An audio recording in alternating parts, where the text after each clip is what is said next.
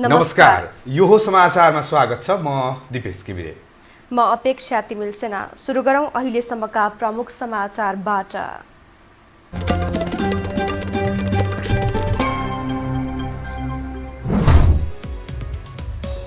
केन्द्रको अधिकार नखोज्न प्रदेश र स्थानीय सरकारलाई प्रधानमन्त्री ओलीको सुझाव। अहिलेसम्म क्षमता बढाउनै नसकेको टिप्पणी।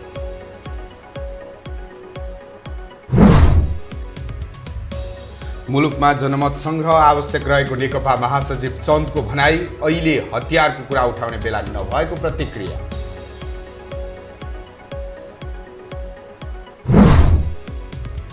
कोरोनाका कारण फेरि लकडाउन गर्नुपर्ने स्थिति आउन सक्ने स्वास्थ्य मन्त्रालयको भनाई। गृहले थाल्यो आइसोलेसनको विवरण सङ्कलन।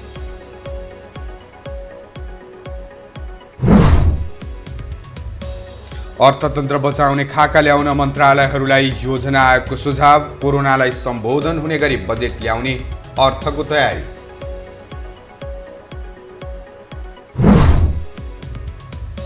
र म्यानमारको सैनिक सरकारले गर्यो 600 जना रिहाई। प्रदर्शनका क्रममा मृत्यु हुनेको संख्या 275 पुग्यो।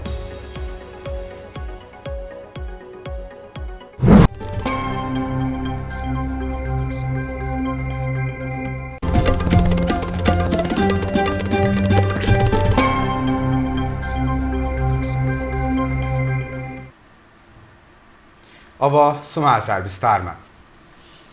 प्रधानमन्त्री केपी शर्मा ओलीले प्रदेश र स्थानीय तहले केन्द्रको जस्तै अधिकार खोज्न नहुने बताउनु भएको छ। नेपाल नगरपालिका सङ्घको 28औं वार्षिकोत्सवमा प्रधानमन्त्री ओलीले प्रदेश र स्थानीय तहले केन्द्र सरकारले जस्तै सबै कुरा गर्न खोज्न नहुने बताउनु भएको हो। उहाँले पर्याप्त अधिकार दिँदा पनि स्थानीय तहले क्षमता बढाउन नसकेको टिप्पणी गर्नुभयो। जहाँसुकै पनि पुँजीगत खर्च गर्ने क्षमताको कमी यो राष्ट्रिय कमजोरी हो हाम्रो। यो क्षमता भएका ठाउँमा त पुँजीगत खर्च नभएर बेहाल छ भने क्षमता नभएका ठाउँमा पुँजीगत खर्च झन् गाह्रो हुन्छ। प्रधानमन्त्री ओलीले स्थानीय तहमा पुँजीगत खर्च गर्ने क्षमता बढाउने गरी बजेट विनियोजन गर्ने बताउनु भयो। उहाँले पुँजीगत खर्च गर्ने क्षमताको कमी हुनु राष्ट्रिय स्थानीय तहलाई अधिकार दिनु हुँदैन। अधिकार सम्पन्न नबनाई कसलाई अधिकार सम्पन्न बनाउने? स्थानीय तहले घर घरमा लगेर त्यो अधिकार गाई भैँसीलाई खुवाउने हो र? त्यो त त्यहाँ देशका विकासका लागि जनताका लागि खर्च गर्छ नि। त्यसकारण त्यो अधिकार दिन म यति भन्छु साथीहरूलाई, त्यो अधिकार दिन हिचकिचाउनु पर्ने कुनै कारण छैन। खालि के भने क्यापेसिटी बिल्डिङको स्थितिमा अलिकति हामीले तालमेल मिलाउनुपर्छ। प्रधानमन्त्री ओलीले काठमाडौँमा चैत 15 गतेदेखि मेलम्चीको पानी वितरण सुरु गर्ने जानकारी पनि दिनुभयो।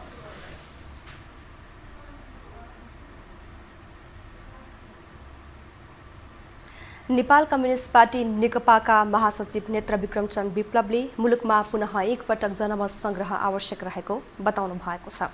यो हो टेलिभिजनका समाचार प्रमुख जीवराम भण्डारीसँग आज कुराकानी गर्दै महासचिव विप्लवले जनमत संग्रहबाटै सबै निकास निस्किने दाबी गर्नुभएको हो। उहाँले नेपाली नागरिक विदेशी सामु झुक्नुपर्ने स्थिति तत्काल अन्त्य गर्नुपर्ने बताउनुभयो। तर अहिले हतियारको चर्चा गर्ने बेला नभएको उहाँको भनाइ छ। जहाँसम्म कति हतियार छन्, के हतियार छन् भन्ने कुरा हो, त्यो त हामीले स्पष्ट गर्यौँ। अहिले नेपालमा हतियारको विषयमा छलफल गर्ने स्थिति होइन, किनकि लडाइँ ठुलो स्केलमा भएको छैन। लुगा पुरै नगरौँ, यहाँ लुगाउनु होइन। अब तर हामीसँग त्यो कतैबाट पनि पुष्टि हुँदैन। आफ्नो निर्णय लिन आफै स्वतन्त्र छैनन् अथवा सक्दैनन् होइन। र त्यो लिनको लागि उनीहरू बिरामी पर्नुपर्ने हुन्छ होइन, मुटुको उपचार गर्नुपर्ने हुन्छ, विदेशतिर धाउनु पर्ने हुन्छ होइन। निर्लज्ज तरिकाले अर्काको अगाडि मतलब चाहिँ के अरे नाक रगड्नु पर्ने हुन्छ। त त्यसले देश कहिले पनि आत्मनिर्भर बाटो स्पष्ट छ। हामी चाहिँ जनताको बिचमा जान्छौँ, आफ्ना कुराहरू राख्छौँ र मैले अघि थोरै हामीले छलफलमा पनि राख्यौँ। जनमत नेपालमा एकचोटि आवश्यक छ, त्यसलाई सबैले सम्मान गरौँ र स्वीकार गरौँ। हामी यही कुरा लिएर जनताको बिचमा जान्छौँ। नेकपाका महासचिव विप्लवसँगको कुराकानी आज राति 9:10 प्रसारण हुने कार्यक्रम सत्य संवादमा हेर्न सक्नुहुनेछ।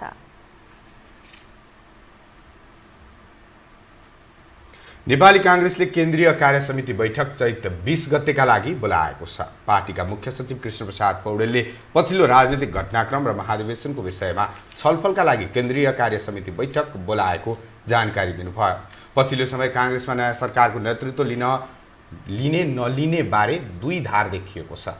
सभापति शेरबहादुर देउवाले काङ्ग्रेस विपक्षी भएकाले सरकारमा जान नहुने बताउनु भएको छ। वरिष्ठ नेता रामचन्द्र पौडेल भने केपी ओलीलाई हटाएर नेतृत्व लिनुपर्ने पक्षमा हुनुहुन्छ।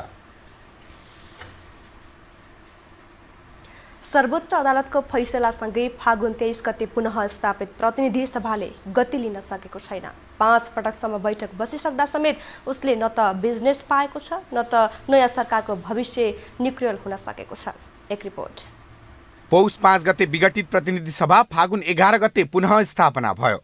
फैसला आएकै साँझ विघटनको विरोधमा रहेका नेताहरू तत्काल ओली सरकार गिराउने र नयाँ सरकार गठन गर्ने उद्घोष गरिरहेका थिए। मुलुकमा अब नयाँ सरकार गठन हुने आम बुझाइ थियो। तर संसद पुनः स्थापना भएको 1 महिना बितिसक्दा समेत सरकार फेरबदलको स्थिति के हो भन्ने अन्यल छ। सर्वोच्चको आदेश अनुसार फागुन 23 गते बैठक बस्यो। त्यो दिनको बैठकमा संवैधानिक परिषद सम्बन्धी अध्यादेशको विरोध भएपछि फागुन 26 गतेका लागि बैठक सर्यो। फागुन 26 मा बसेको बैठक पनि निधन भएका 14 जना पूर्व सांसदहरूको शोक प्रस्ताव पारित गरेर स्थगित भयो।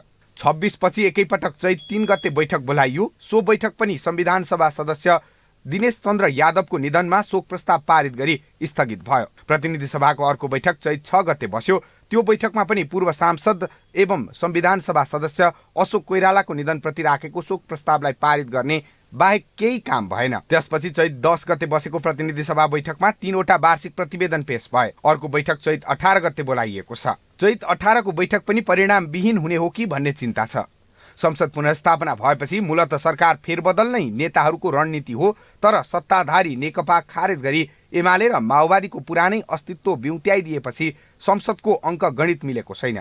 न ओली सरकार विरुद्ध अविश्वासको प्रस्ताव दर्ता गराउने आँट मिलेको छ, न विश्वासको मत लिन आवश्यक ठोका छन्। बरु तरल अवस्थामा भन्दा आफूलाई बलियो अवस्थामा राख्न प्रधानमन्त्री ओली साना दलसँग सहयोग मागिरहेका छन्। उनले भङ्ग गरे भने तपाईँले भङ्ग गर्नु हुँदैन, अथवा विश्वासको मत लिनको बाध्य गर्नुहोस्।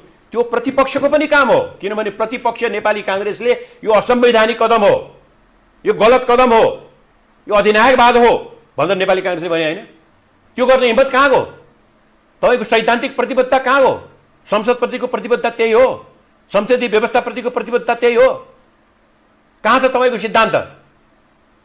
आफ्नो व्यक्तिगत लाभको लागि चाहिँ सबै पार्टी लाग्ने हो भनेर भनेदेखि त्यो बेलामा भोट जुवा भन्ने त्यही हो। जसले सक्छ त्यसले हान्छ भन्ने भोट जुवा। त्यो बेलामा अनि देश तपाईँको चाहिँ अराजकतातिर जाने र देशको भइरहेको संरचना भङ्ग हुने। तर आफ्नो पक्षमा सांसदका अङ्कगणित आउने विश्वास नहुँदा विश्वासको मत लिने र अविश्वासको प्रस्ताव दर्ता गराउने मूडमा यी दलहरू देखिन्नन्। बरु पुनर्जीवित संसदलाई 1 महिनादेखि बन्धक बनाइरहेका छन्। त्यो संसद विघटन गरेको कुरालाई सर्वोच्चले बेठिक भयो, बदर भयो भनेपछि नि ओलीजी विजेता जस्तो भएर हिँडिरहनु भएको छ। अब आफूले जितेको मुद्दा जितेको गरेर हिँड्नु भएको छ। त्यो पद्धति भएन नि। त्यसो हुनाले यिनको चाहिँ भाग भण्डा लिनदेन होइन, अब बाह्य शक्ति कसले मध्यस्थता गरिदिने हो गरिदिएला र एउटा टुङ्गो लाग्छ। यो यस्तै अनिश्चित यस्तै गरेर रहन्न यो स्थिति। आगामी सरकारका बारेमा विशेष गरी नेपाली काङ्ग्रेस र जसपाको स्पष्ट धारणा नआउँदा आगामी समीकरण छुट्टिन नसकेको हो। नेताहरूको सत्ता स्वार्थको तानातानले संसद बैठक भने निरन्तर निष्प्रभावी बन्दै गएको छ। जनताको प्रतिनिधित्व हुने मूल थलोलाई यसरी निर्मम रूपमा दुरुपयोग गर्ने छुट यी नेताहरूलाई छैन। यो समाचारका लागि राजनीतिक ब्युरोको रिपोर्ट। स्वास्थ्य तथा जनसङ्ख्या मन्त्रालयले होली पर्व घरमै मनाउन र भिडभाड नगर्न आग्रह गरेको छ। कोरोना भाइरस संक्रमितको संख्यासँगै जोखिम पनि बढेको भन्दै मन्त्रालयले थप सतर्कता अपनाउन आग्रह गरेको हो। आज आयोजित पत्रकार सम्मेलनमा मन्त्रालयका सहप्रवक्ता डाक्टर समीर कुमार अधिकारीले होली घरमै मनाउन र भिडभाड नगर्न आग्रह गर्नुभयो। उहाँले संक्रमण उच्च भए लकडाउनसम्म हुन सक्ने बताउनुभयो। यही चैत्र महिनाको 15 र 16 गते देशको विभिन्न स्थानमा मनाइने होली पर्वलाई मध्यनजर गरी होलीमा भिडभाड नगर्न गरिएको निर्देशनलाई पालना गर्न गराउन हुन अनुरोध छ। संक्रमितको संख्या उच्च हुन गएमा सरकारले परिस्थिति अनुसारका नीतिगत निर्णयहरू गरी संक्रमणको चक्र रोक्नुपर्ने हुन्छ। कोरोना संक्रमणले नेपालमा आज थप 1 जनाको मृत्यु भएको छ। यसअघि संक्रमणका कारण ज्यान गुमाउनेको संख्या 3020 पुगेको छ। मन्त्रालयका अनुसार आज 3063 PCR परीक्षण गर्दा 145 जनामा संक्रमण देखिएको छ। 24 घण्टामा 90 जना डिस्चार्ज भएका छन्। हाल देशभर 1182 जना आइसोलेसनमा रहेका छन्। गृह मन्त्रालयले देशभरिका क्वारेन्टाइन र आइसोलेसन सेन्टरको अवस्थाबारे विवरण सङ्कलन गर्न थालेको छ। भारतमा कोरोना भाइरसको संक्रमण बढिरहेका बेला फेरि क्वारेन्टाइन र आइसोलेसन आवश्यक पर्न सक्ने भन्दै मन्त्रालयले विवरण सङ्कलन थालेको हो। गृह मन्त्रालयका प्रवक्ता चक्र बहादुर बुढाले 77वटै जिल्लाका क्वारेन्टाइन र आइसोलेसन सेन्टरबारे विवरण अपडेट गराउन परिपत्र गरेको जानकारी गराउनुभयो। सीमा नाकामा आउटजाउ गर्नेको अभिलेख राख्न र स्वास्थ्य जाँच गर्न पनि परिपत्र गरेको बताइएको छ।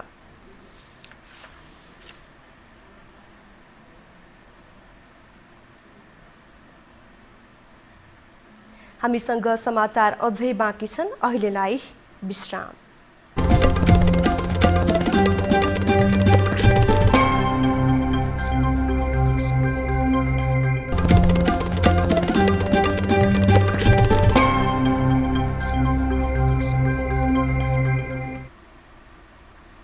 विश्रामपछि स्वागत छ। अब बाँकी समाचार।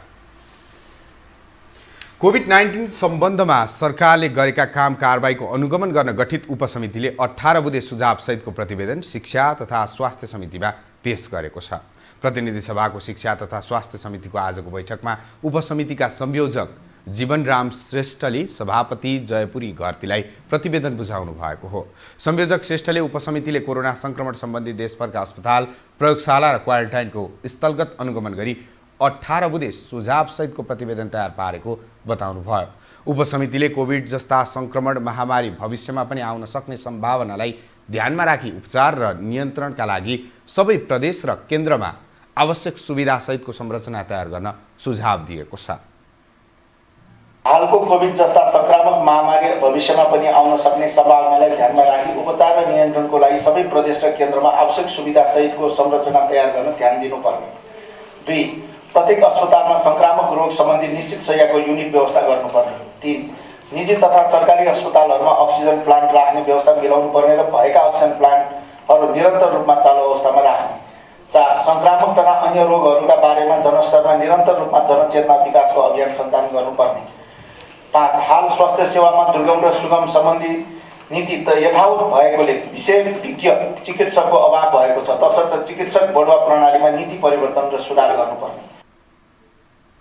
समितिले गत भदौ 9 गते कोभिड-19 को सम्बन्धमा सरकारले गरेका काम कारबाहीको अनुगमन गर्न श्रेष्ठ संयोजकत्वमा 7 सदस्यीय उपसमिति गठन गरेको थियो।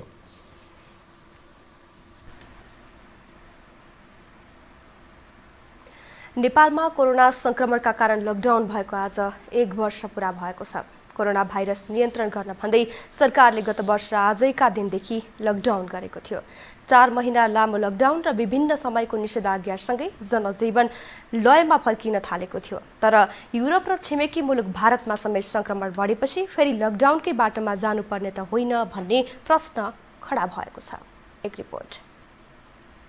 कोरोना भाइरस संक्रमण विश्वव्यापी बनेसँगै रोकथाम र नियन्त्रणका लागि नेपालले लकडाउन गरेको ठ्याक्कै 1 वर्ष पूरा भएको छ। सरकारले गत वर्ष चैत 11 देखि सुरुमा 1 साताका लागि लकडाउन गरेको थियो। संक्रमण फैलिँदै गएपछि लकडाउनको अवधि थपिँदै लगिएको थियो। साउन 6 गते 120 दिनको लकडाउन हटेपछि बजार पसल खुल्न थाले। त्यसपछि पनि देशका विभिन्न भागमा निषेधाज्ञा जारी भयो। सबै क्षेत्र बिस्तारै लयमा फर्कँदै गर्दा पुनः छिमेकी मुलुक भारतमा कोरोना संक्रमण बढ्न थालेसँगै अहिले नेपालमा पनि त्रास बढेको छ। स्वास्थ्य मन्त्रालयले पनि दोस्रो लहर सुरु भएको भन्दै सावधानी अपनाउन अपील गरेको छ। कोरोना संक्रमितको संख्या बिस्तारै बढ्दै गएको छ। यो बढ्नको कारण अनावश्यक भिडभाड बढ्नु, मास्कको उचित प्रयोग नहुनु, एकअर्का बीचको दूरी कायम नगर्नु, जुलुस, सभा, सम्मेलन, र्याली, सामूहिक भेटघाट गर्नुको कारणले भएको हो। हामीले पटक पटक जनस्वास्थ्यका मापदण्डहरू अपनाउन अनुरोध गर्दै आएका थियौँ र छौँ। सबैले बुझि पनि रहनु भएको छ। कोरोना संक्रमितको संख्या कमी आएको हो, तर कोरोना संक्रमणको जोखिम भने कम भइसकेको अवस्था होइन। यति हुँदाहुँदै पनि जनस्वास्थ्यका मापदण्डहरू पालना नगर्नाको नतिजा स्वरूप सङ्क्रमितहरूको सङ्ख्या बढ्दै गएको हो। लकडाउन गर्नु नेपाल सरकारको उद्देश्य वा चाहना होइन, तर सङ्क्रमितको सङ्ख्या उच्च हुन गएमा सरकारले परिस्थिति अनुसारका नीतिगत निर्णयहरू गरी सङ्क्रमणको चक्र रोक्नुपर्ने हुन्छ। युरोपका विभिन्न देश, खाडी मुलुक र भारतका विभिन्न राज्यमा कोरोना संक्रमण हवात्तै बढेको छ। विज्ञहरू भारतसँग सीमा जोडिएकाले जिल्लाबाट नेपालमा पनि संक्रमण फैलिन सक्ने बताउँछन्। र अर्को कुरो जुन बेलायतको प्रजाति, त्यो प्रजाति भारतमा व्यापक रूपमा फैलिएको छ भने त्यो नेपालमा पनि आउन सक्छ भन्ने कुरा हामीले बुझ्नुपर्छ। र यदि नेपालमा त्यो चाहिँ दोस्रो लहर आयो भने त्यो अवस्थामा पहिलेभन्दा एकदमै छिटो फैलिन्छ, किनकि त्यो बेलायतको प्रजातिको त्यो चाहिँ छिटो फैलिने गुण छ।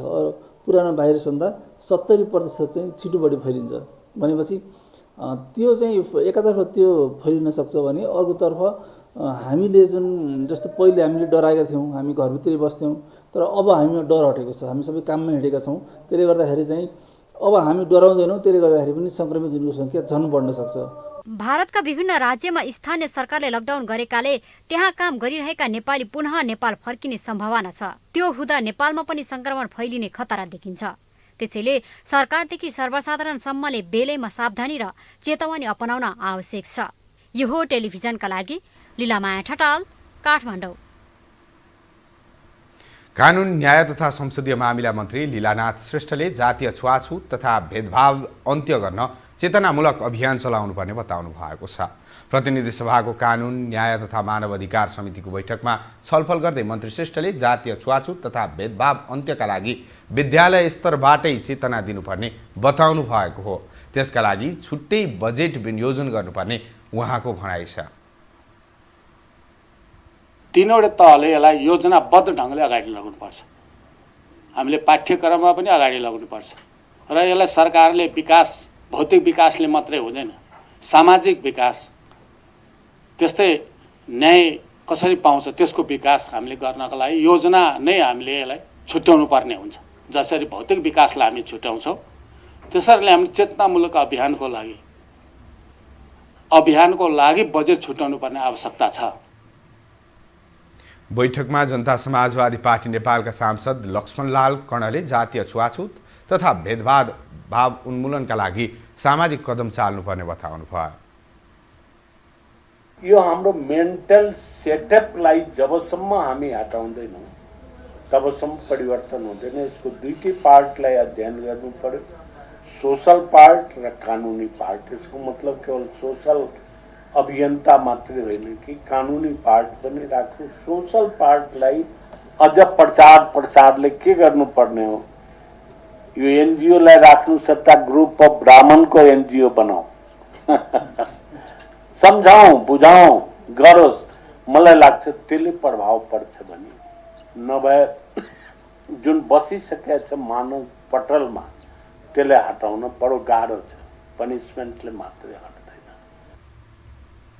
सांसद कर्णले कानुनी सजायले मात्रै जातीय छुवाछुत र भेदभावको अन्त्य नहुने बताउनु भयो। काठमाडौँको गोङ्गबु स्थित बस पार्क अगाडि रिङ रोडमा ट्राफिक प्रहरीले कारबाही गरेपछि चालक बीच सडकमै गाडी रोकेर गायब भए। यसका कारण सडकले जाम हुने स्थिति बन्यो। ट्राफिक प्रहरी र चालक एकले अर्कालाई दोष लगाएर उम्कन खोज्छन्, तर बिना कारण यात्रुले भने शास्ति खेप्नु पर्यो। एक रिपोर्ट। काठमाडौँको गङ्गापुर क्षेत्रमा 81 जाम भयो। कार्यालय हिँडेका यात्रु समयमा नपुगिने भो भन्दै चिन्ता गर्न थाले। जामको कारण बुझ्न लागे, कारण खुल्यो बीच सडकमा बस तिर्साएर चालक गायब। नेपालगञ्ज काठमाडौँ चल्ने यात्रु बसले बढी भाडा लिएको भन्दै ट्राफिक प्रहरीले चिट काटेपछि रुष्ट बनेका चालकले यात्रुलाई शास्ति हुने बाटो रोजे। ट्राफिक प्रहरीले नियमभन्दा बाहिर गएर 5000 को चिट काटेको चालकको आरोप छ, तर प्रहरी भने चालकको आरोप अस्वीकार गर्छन्। त्यसकारणले हामीले त्यस्तो गर्दैनौँ। मान्छेले आफ्नो गल्ती नदेख्ने बानी भएको कारणले मात्रै हो। र काठमाडौँमा गाडी यति धेरै भएको छन्, कसैसँग धैर्यता छैन, एकछिन रोकिदियो भने पनि रिसाउँछ मान्छे। त्यसकारणले काठमाडौँको ट्राफिक जाम दुर्घटना न्यूनीकरण गर्नलाई ट्राफिक अलि कडा रूपमा प्रस्तुत भएको अवस्था मात्रै हो। खालि ट्राफिकले ज्याजती गरेर चिट चाहिँ काट्दैन। ट्राफिक प्रहरी र चालकले प्रतिष्ठानको विषय बनाउँदा गङ्गपु क्षेत्रमा यात्रुले अनावश्यक शास्ति खेप्नु पर्यो। यस्ता घटना बेला बेलामा हुने गरेका छन्। यातायात व्यवसायी भने चालकले अनावश्यक रूपमा पेलिनु पर्ने अवस्था रहेको दावी गर्छन्। होइन, यस्तो हो, यो सबै मिसअन्डरस्ट्यान्डिङ हो र चाहिँ एउटा चाहिँ पेल्हा। किन भन्दाखेरि एउटा कुरा हामीले कहाँ बुझ्नुपर्छ भन्दाखेरि कारबाही गर्नुपर्छ। जसले गल्ती गर्छ उसलाई कारबाही गर्नुपर्छ। त्यसमा हामीले त्यसमा विरोध गर्दैनौँ, तर संरचना के छ त्यो हेर्नु पर्यो नि। यो मिसम्यानेजमेन्ट भएको अवस्थालाई चाहिँ म्यानेज गर्नको लागि मैले पनि भने हामी सँगै बस्नुपर्छ र अहिले कारबाही गरेर कोही हुने अवस्था छैन। कानुनी राज्यमा नियम कानुनभन्दा माथि कोही हुँदैन।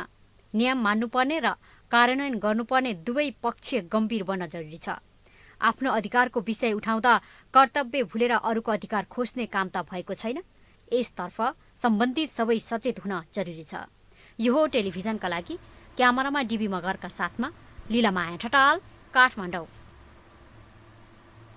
कोरोना प्रभावका कारण लामो समय थलिएको नेपालको पर्यटन क्षेत्र अझै तङ्ग्रिन सकेको छैन।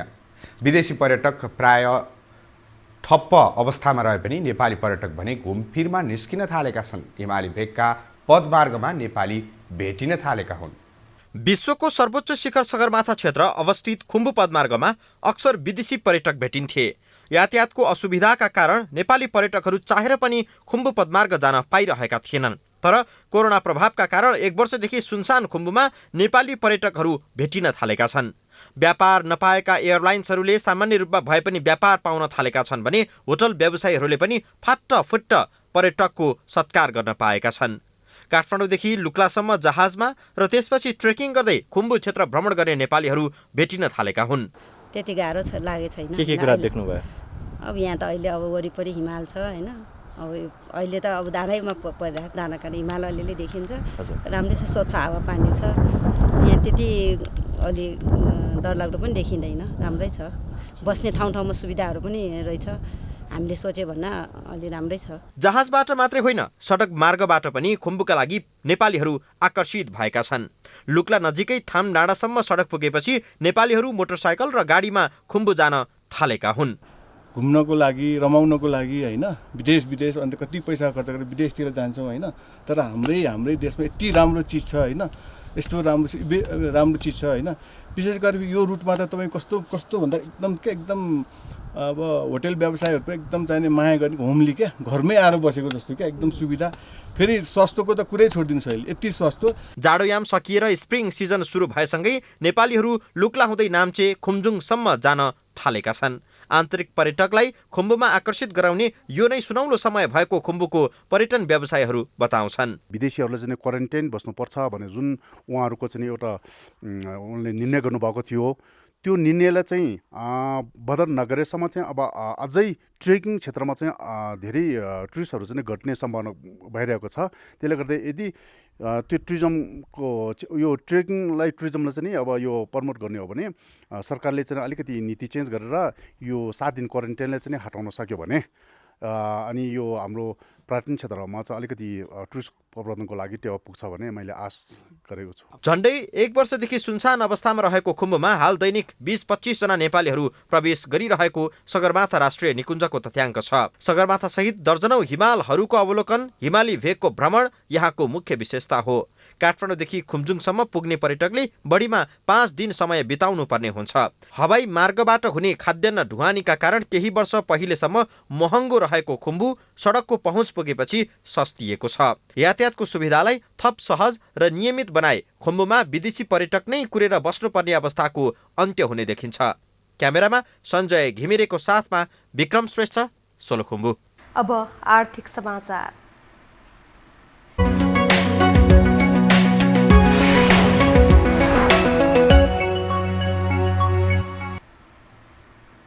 विकास तथा प्रविधि समितिले आयोजनाको पूर्व तयारी सम्पन्न गरेपछि मात्रै ठेक्का लगाउन यसअघि दिएको निर्देशन कडाइका साथ कार्यान्वयन गर्न सरकारलाई निर्देशन दिएको छ। आज बसेको समितिको बैठकमा हनुमन्ते करिडोरको हालसम्मको कार्य प्रगतिको सम्बन्धमा छलफल गरेपछि समितिले शहरी विकास मन्त्रालयलाई यस्तो निर्देशन दिएको हो। करिडोर निर्माणका क्रममा नागरिकको जग्गा समेत पर्ने भएकोले सम्पत्तिको हक संरक्षण गर्न पनि समितिले निर्देशन दिएको छ। हनुमन्ती कोरिडोर निर्माणका क्रममा नागरिकहरूको जग्गा समेत पर्ने भएकोले सम्पत्तिको हकको संरक्षण गरेर सो कार्य जग्गा एकीकरण योजना मार्फत सुनिश्चित गर्ने र कोरिडोर निर्माण सम्बन्धमा अन्य समस्याहरू देखेमा त्यसको समाधानका लागि समितिले आवश्यक पहल गर्ने। सभापति कल्याण कुमारी खड्काले हनुमन्ते करिडोरको निर्माण कार्यमा उल्लेख्य प्रगति भएको देखिए पनि मध्यपुर ठिमी र सूर्यविनायक नगरपालिकाभित्रका केही स्थानमा समस्या देखिएको जानकारी दिनुभयो। समस्या तत्काल समाधान गर्न सम्बन्धित सबैलाई समितिले सुझाव दिएको छ।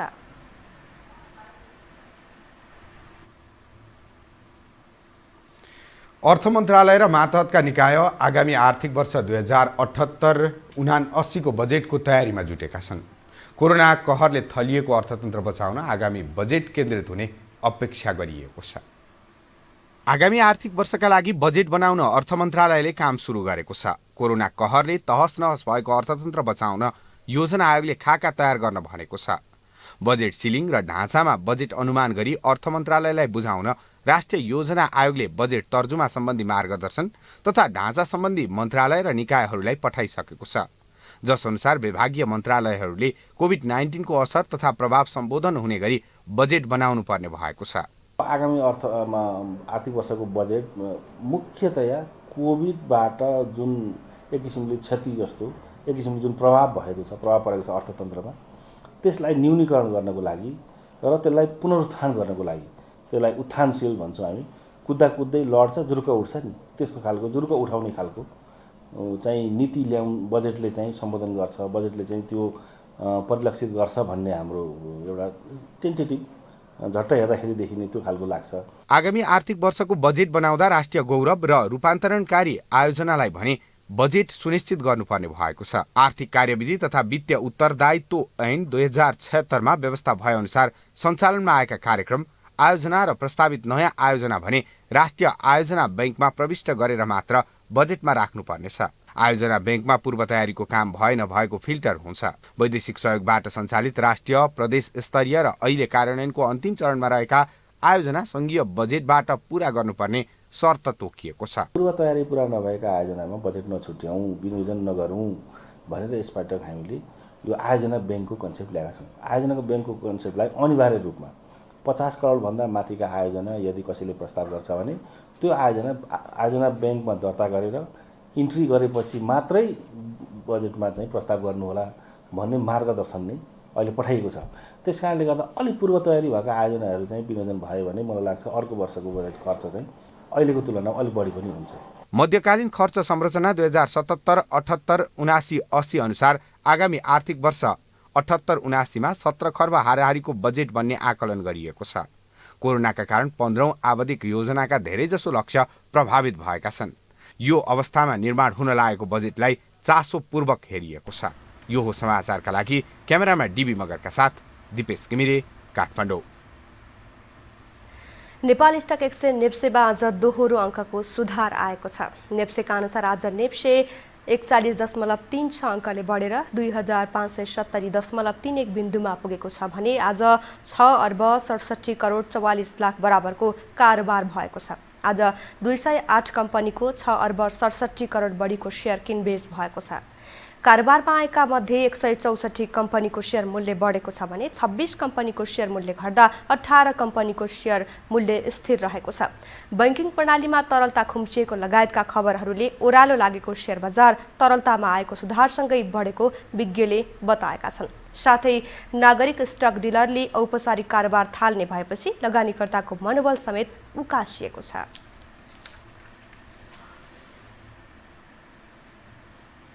हामीसँग अन्तर्राष्ट्रिय र खेल समाचार अझै बाँकी छन्। अहिलेलाई विश्राम।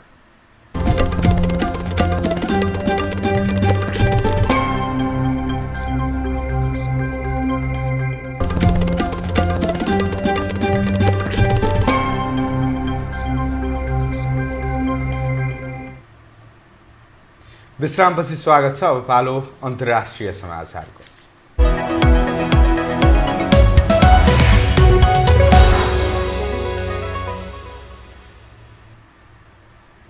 सैनिक कुको विरोध प्रदर्शनका क्रममा म्यानमारमा पक्राउ गरिएका 600 भन्दा बढी नागरिक आज रिहा भएका छन्। आज इन्सेन्स जेलबाट 360 पुरुष र 268 महिलालाई रिहा गरिएको हो। म्यानमारमा सैनिक कू सुरु भएका विरोध प्रदर्शनका क्रममा हालसम्म 275 जनाको मृत्यु भएको छ। यद्यपि सैन्य सरकारका प्रवक्ताले भने 164 जनाको मृत्यु भएको बताएका छन्। सो प्रदर्शनका क्रममा 2800 भन्दा बढी व्यक्ति पक्राउ परेको अन्तर्राष्ट्रिय सञ्चार माध्यमले जनाएका छन्।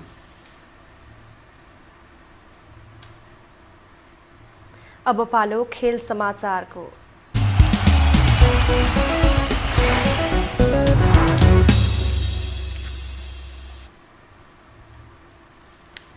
थ्री नेसन्स कप फुटबल प्रतियोगिताका लागि नेपाली राष्ट्रिय फुटबल टिम घोषणा भएको छ। मुख्य प्रशिक्षक बालगोपाल महर्जनले प्रतियोगिताका लागि 23 सदस्यीय टिम घोषणा गरेका हुन्, जसमा विराज महर्जनले राष्ट्रिय टिममा पुनरागमन गरेका छन्।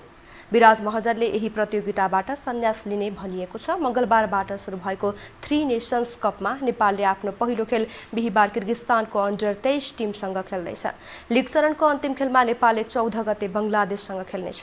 प्रतियोगिताको विजेताले $5000 र उपविजेताले $3000 पुरस्कार पाउनेछन्। यस्तै प्रतियोगिताको उत्कृष्ट खेलाडीलाई $500 र हरेक खेलमा म्यान अफ द म्याच हुने खेलाडीले $250 पुरस्कार पाउनेछन्। खेल समाचारसँगै हामी यो समाचारको अन्त्यमा आइपुगेका छौं। बिदा हुनु अघि प्रमुख समाचार पुनः एकपटक।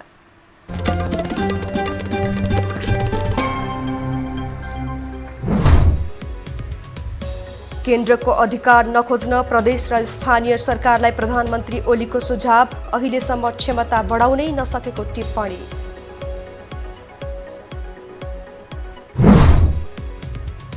मुलुकमा जनमत संग्रह आवश्यक रहेको नेकपा महासचिव चन्दको भनाई, अहिले हतियारको कुरा उठाउने बेला नभएको प्रतिक्रिया।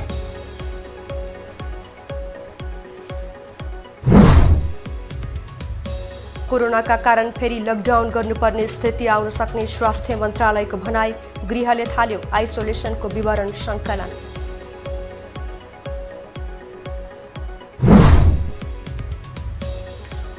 अर्थतन्त्र बचाउने खाका ल्याउन मन्त्रालयहरूलाई योजना आएको सुझाव, कोरोनालाई सम्बोधन हुने गरी बजेट ल्याउने अर्थको तयारी।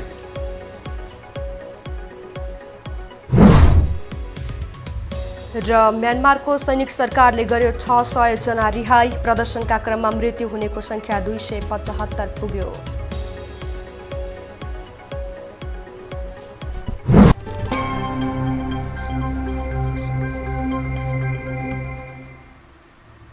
अवस्था यो समाचार सकियो। समाचार बुलेटिनका साथै यो टेलिभिजनका सम्पूर्ण कार्यक्रम यो टेलिभिजन.com, यो खबर.com, युट्युब र फेसबुकमा पनि पढ्न र हेर्न सक्नुहुनेछ। मोबाइलमा यो टिभी एप डाउनलोड गरी हामीलाई प्रत्यक्ष हेर्न सक्नुहुनेछ। तथ्यसहितको निष्पक्ष समाचारका लागि यो टेलिभिजन हेर्दै गर्नुहोला। नमस्कार।